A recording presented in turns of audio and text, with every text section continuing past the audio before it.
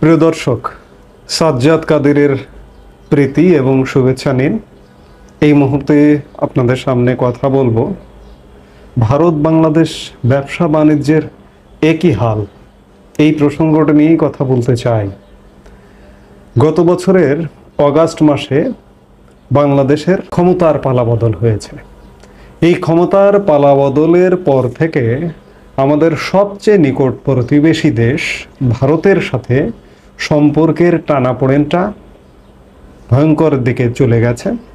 সম্পর্কটা এই মুহূর্তে, বা আমরা বলে আসছি এগুলো কথা, যে স্বাধীন বাংলাদেশে এত খারাপ সম্পর্ক আর কখনো হয়নি। এই খারাপ সম্পর্কের ক্ষেত্রে সবচেয়ে বড় যেটি প্রভাব পড়ছে সেটি হচ্ছে ব্যবসা বাণিজ্যের ক্ষেত্রে। আজকে একটি পরিসংখ্যান দেখছি আর ভাবছি যে ভারত বাংলাদেশ ব্যবসা বাণিজ্যের একই হাল। খবরে যেটি বলা হচ্ছে যে ভারতীয় নিষেধাজ্ঞা, দেশের অভ্যন্তরে পণ্য বয়কট, রাজনৈতিক অস্থিরতা সহ নানা কারণে ভারত থেকে আমদানি কমেছে। চলতি বছরের মার্চে বাংলাদেশে 13,59,00,000 ভারতীয় পণ্য এসেছে। গত বছরের একই সময়ে এসেছিল 89,91,00,000 পণ্য, অর্থাৎ 2024-এর মার্চ মাসে এসেছিল এই পরিমাণ, আর এবছর মার্চ মাসে এসেছে এই পরিমাণ। অর্থ বছরের ব্যবধানে ভারত থেকে আমদানি কমেছে 84.88%। এক প্রকার বন্ধের মতোই অবস্থা। আবার অবাক লাগছে যে বাংলাদেশ চলছে কিভাবে।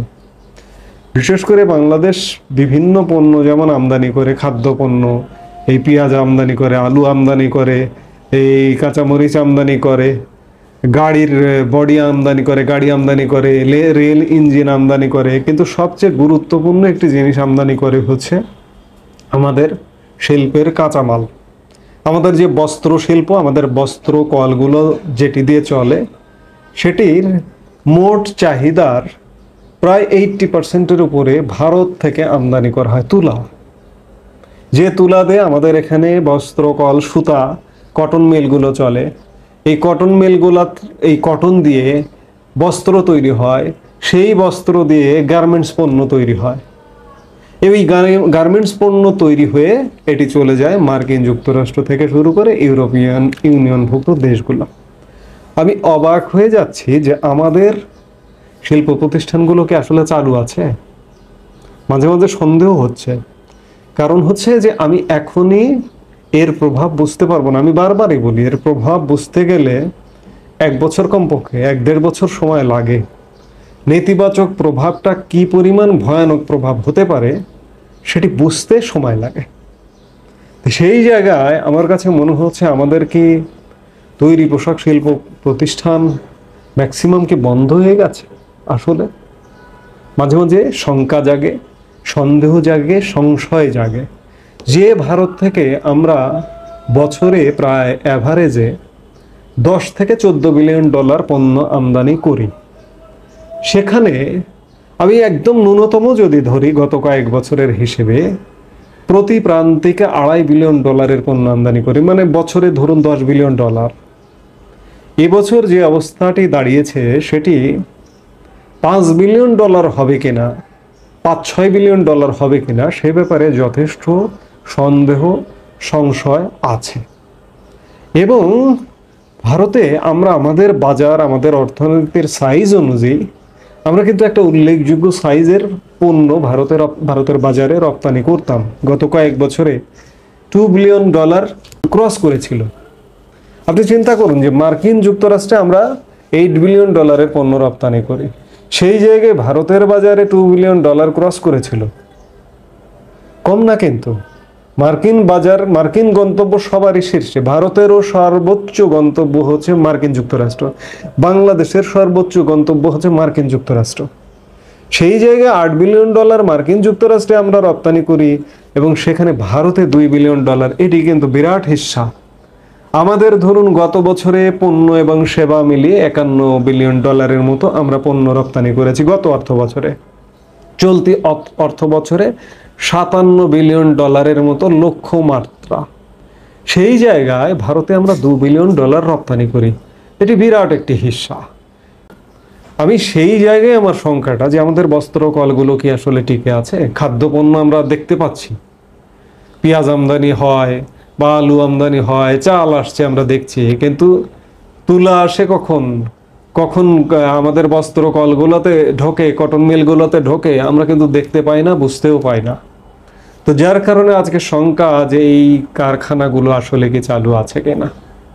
এবং দেখুন, আমাদের দেশের অনেক জ্ঞানপাপী বলে থাকেন যে ভারত থেকে যদি আমরা পণ্য আমদানি না করি বিপদে পড়বে ভারত।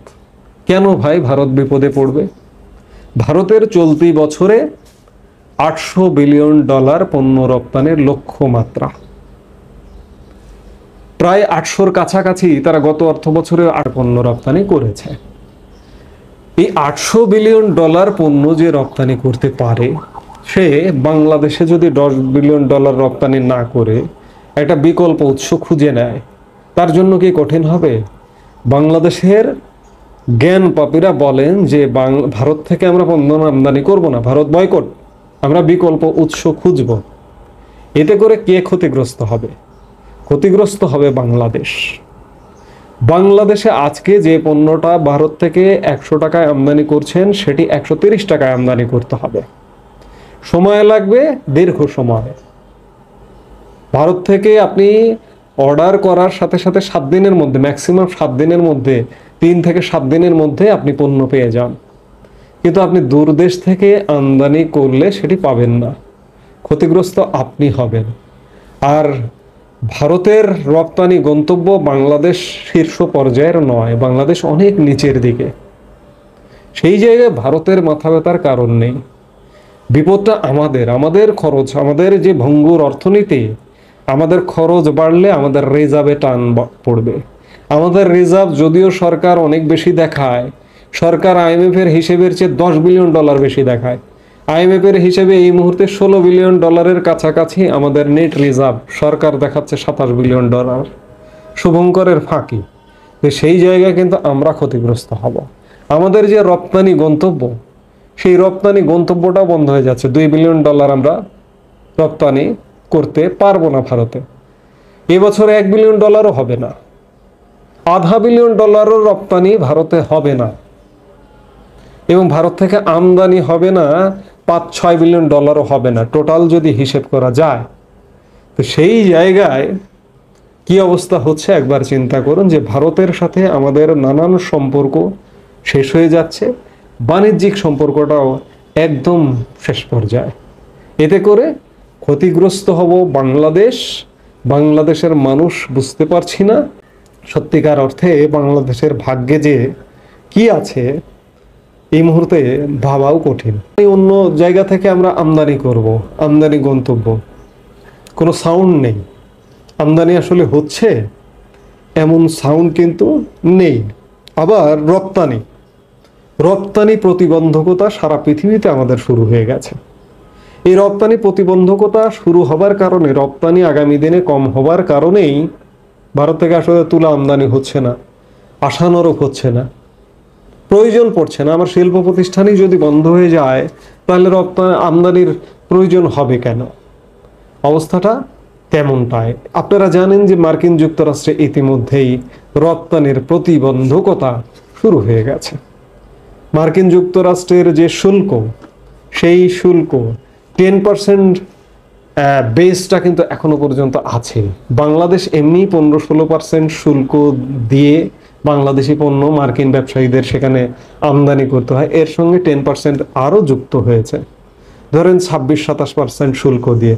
যার কারণে মার্কিন যুক্তরাষ্ট্রের অনেক ব্যবসায়ী আমাদের এখান থেকে রপ্তানি কিন্তু স্থগিত করেছে, ক্যান্সেল করেছে। সেই জায়গা থেকে বাংলাদেশের রপ্তানি গন্তব্য সংকুচিত হয়ে আসছে। বাংলাদেশের অর্থনীতির কোনো জায়গায় কোনো সুবাতাস নেই।